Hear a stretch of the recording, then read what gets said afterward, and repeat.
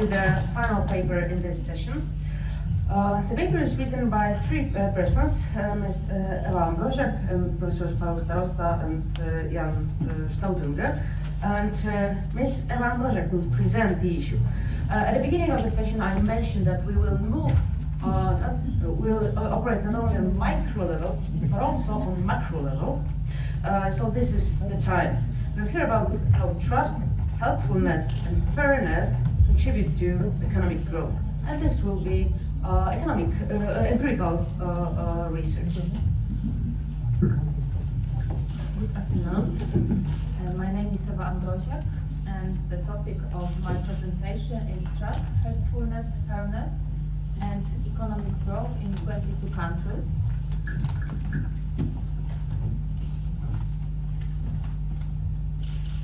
I would like to show you the results of a study we conducted with Professor Paweł Starosta and Professor Sztaudynger about the impact of cooperation capital on economic growth.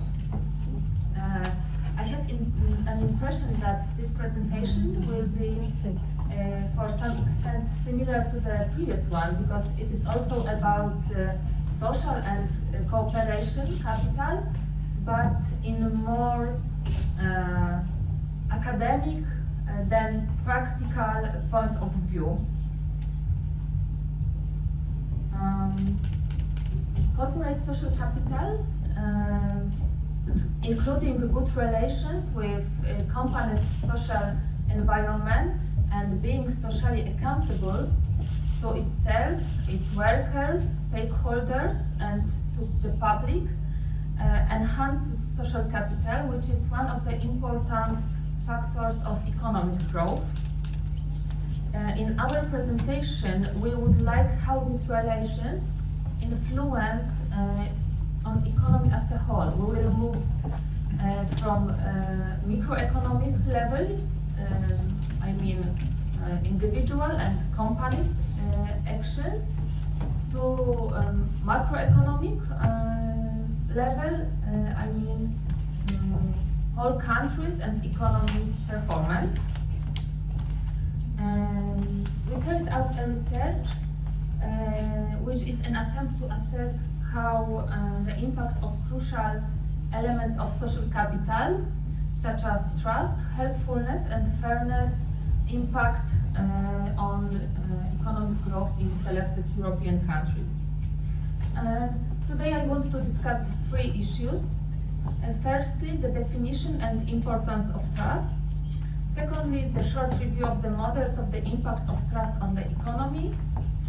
And finally, our model of economic growth with the increase in social capital variables. I would like to start with a few words about trust. Sociologists, psychologists, as well as economists underline the role of trust in social life. Sociologists see trust as important source of social integration, enhancing durability of social order.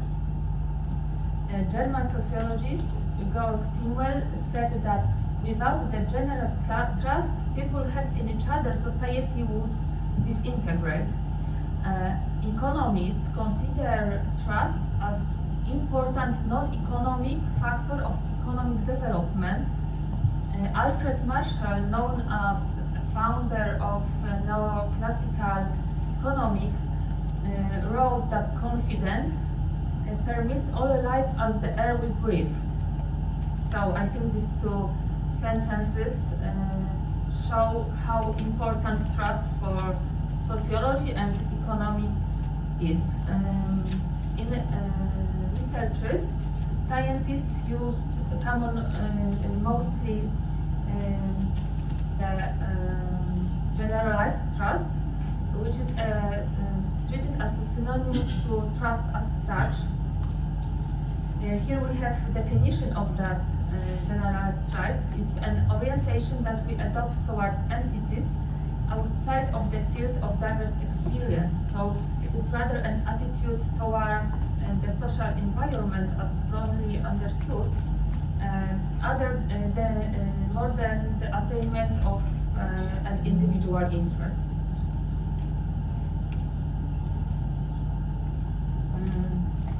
Treating trust as an important factor explaining the economic growth process can be justified by three arguments. Reduction of transactional costs, profits due to expanding cooperation networks, and legitimization of the structures of power and decision making.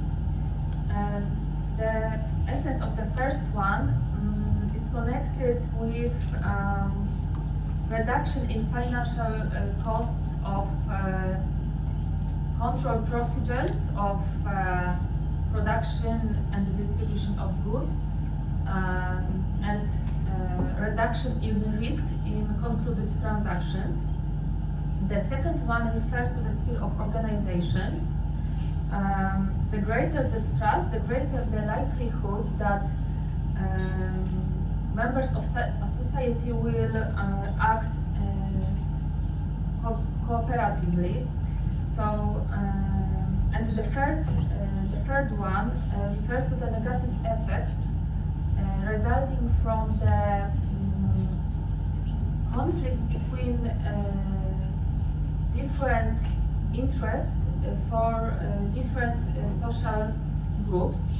In other words, the greater the trust, the greater the tendency to legitimize the existing inequalities, and the lesser the possibility to initiate conflicts which weaken the effectiveness of existing socio-economic system. Since the 1990s, social capital has been considered as a variable to econometric growth model. Here we have three researchers. I think the three most known. I will not discuss it in details, but the one important conclusion from that researchers is that there is a positive relationship between the level of trust occurring in a given society and economic growth. So it was proven that these researchers that it is a very important factor of development.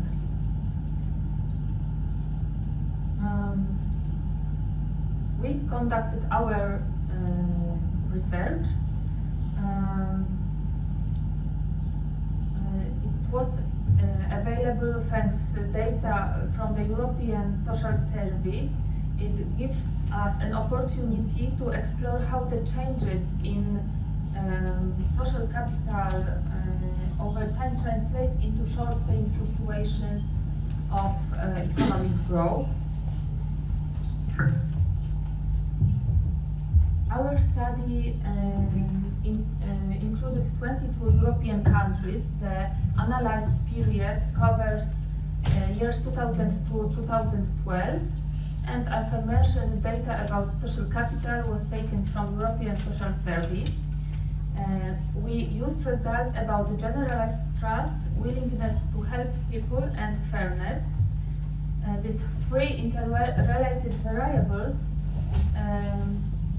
can be combined into one aggregated variable, and we called it cooperation capital.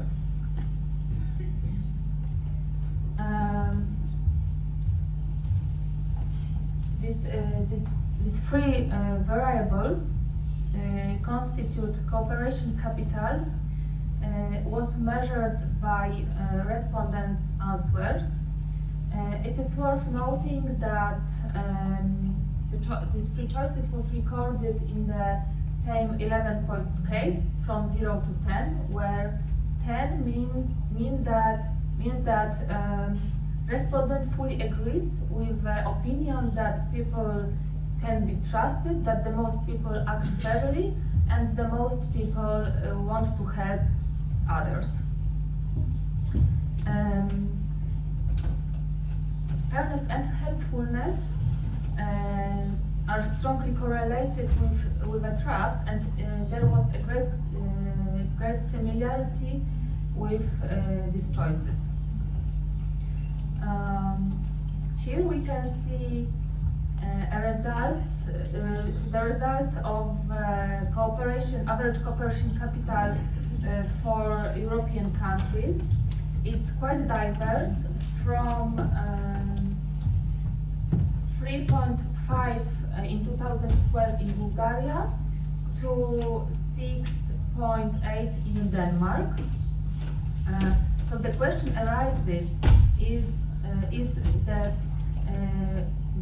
economic growth rate in this country is affected by differences in level or the increase in social capital. The main research problem boils down to the question to what extent the social capital affected the economic growth. So we formulated a general hypothesis that economic growth is positively affected by an increase in the cooperation capital. Increase, that means that this is a short-term impact. We also formulated three sub-hypotheses. The three-component cooperation capital explains economic growth better than single-component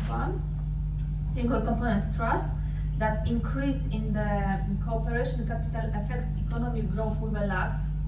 And the last one, that an increase in helpfulness has the greatest importance for economic growth, with trust and fairness while trust and fairness have a smaller but significant impact.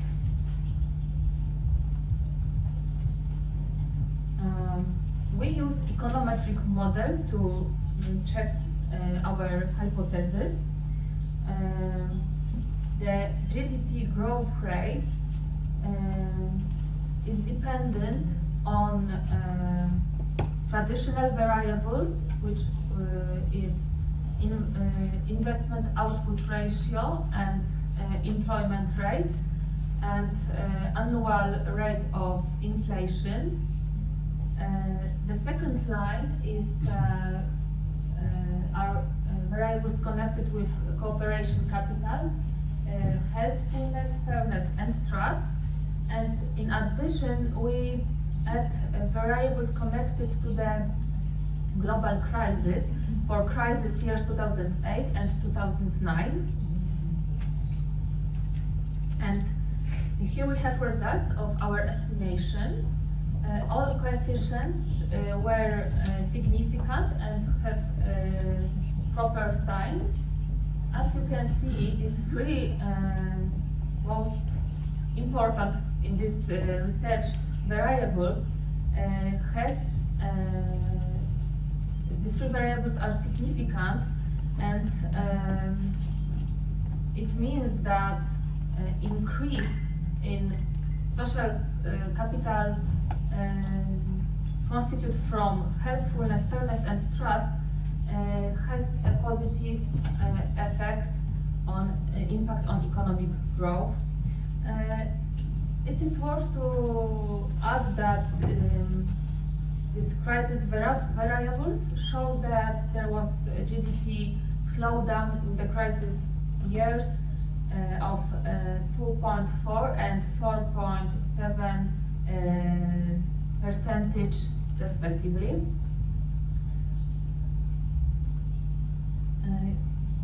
I think that this graph maybe more in details shows how this cooperation capital works.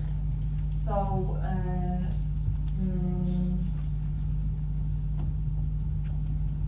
the three components act with a lag, as we can see, mostly with a lag, because we have also T period, so that the existing period, and we can also see that helpfulness has the greatest impact on growth, greater than helpfulness and trust.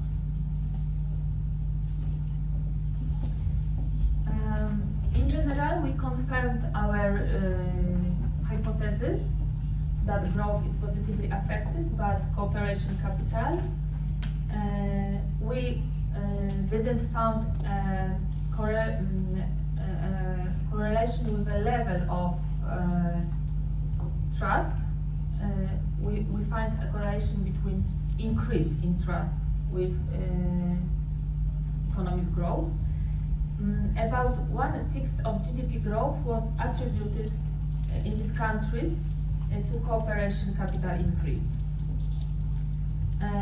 We also concluded that the three-component index of cooperation capital explains economic growth much better than traditional single-component trust. It was measured by R-squared coefficient. And increase in the cooperation capital affects economic growth in the current year only to a small degree. Over 80% of the effect occurs with a 1 to 3 years lag. The general conclusion is that the most important growth factor of cooperation capital is the increase of willingness to help others.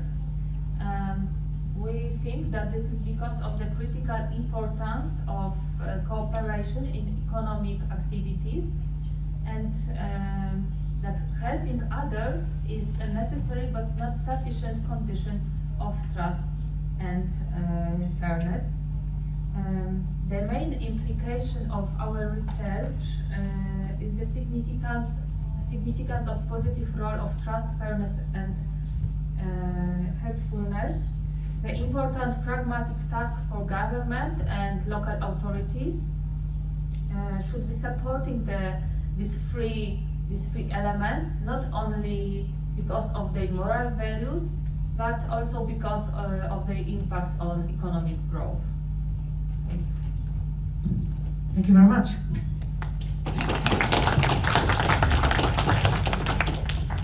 Very important conclusions. Are there any questions?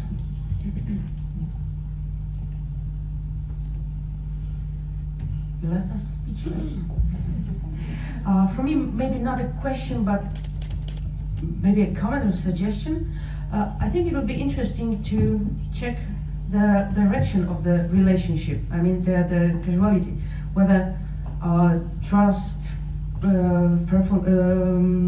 helpfulness, and fairness cause higher GDP, or whether high GDP makes us more helpful, trustful, faithful.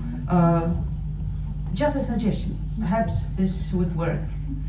I think it's connected, but because of Lodz, in this research, the relation is from fairness from social capital to GDP, because of that Lodz. But of course, it also can exist another relation. So we've got a simple suggestion. Let's be helpful and trustful.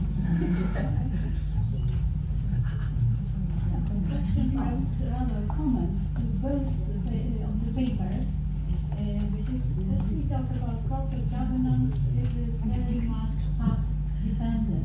It means that the history and the culture of the country, the society of the country influence it very strongly. And in Japan's case, is it possible to connect the teamwork and the cooperation advantages with the history of rice production? Because from what I have read, the roots of the cooperation are maybe traced back to the production of rice, when the whole village had to cooperate to produce it, to get water to the field, and also because the tax was imposed on the whole village, and so they have to find out how to cooperate to pay the tax liabilities. Is it true or not? Well, I'm not asking about this rice issue. industry in Japan. But you must gain the trust. It has to be worked out by a long time. Yeah, so today I think that for example, for economic growth, the social capital and gaining the social capital is more important than human capital. So this relation between members of village are more important and influence economic performance more than individual performance. So I think it's quite important to be aware of that. Couldn't agree more. Any more question? Yes, please. Yeah, thanks very much for that contribution. I was wondering whether it could also, or whether your results could be related to the circumstance that these days there's this kind of understanding that in order to increase economic growth, you have to increase competitiveness, and you have to create markets, basically competitive markets. From a naive perspective, I would say competition and cooperation are somehow opposed to one another. And so I was wondering whether your findings also make an indirect comment about modes of economic growth or understandings of economic growth that favor competitiveness and the creation of competitive markets as being the precondition for economic growth.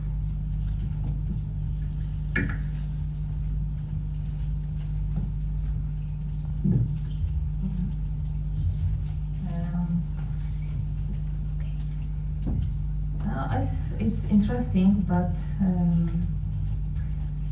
I'm not sure if I know the answer of to that question.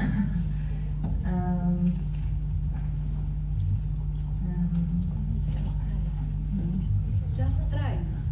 Yeah, so Give it to your co-authors. okay, so maybe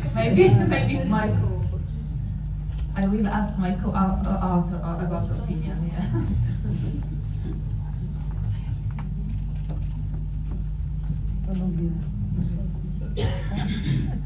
Okay, thank you very much. It was very interesting study. We got 2 more minutes. I will not use them. I will not dare to summarize all the papers. They were also different, but I think you agree with me that we've learned a lot from them. Only one comment from me after hearing those 4 presentations. We all are stakeholders, so we all can contribute as employees, customers, investors, society. So if we think and if we show that responsibility, accountability are important for us, companies will have to. Ladies and gentlemen, thank you very much for this session. I would like you to reward with applause our 4 presenters, 6 authors. And now we've got a very important point in our program, lunch. Thank you very much, Professor Monika Marcinkowska. And as was already said, everyone is invited to lunch.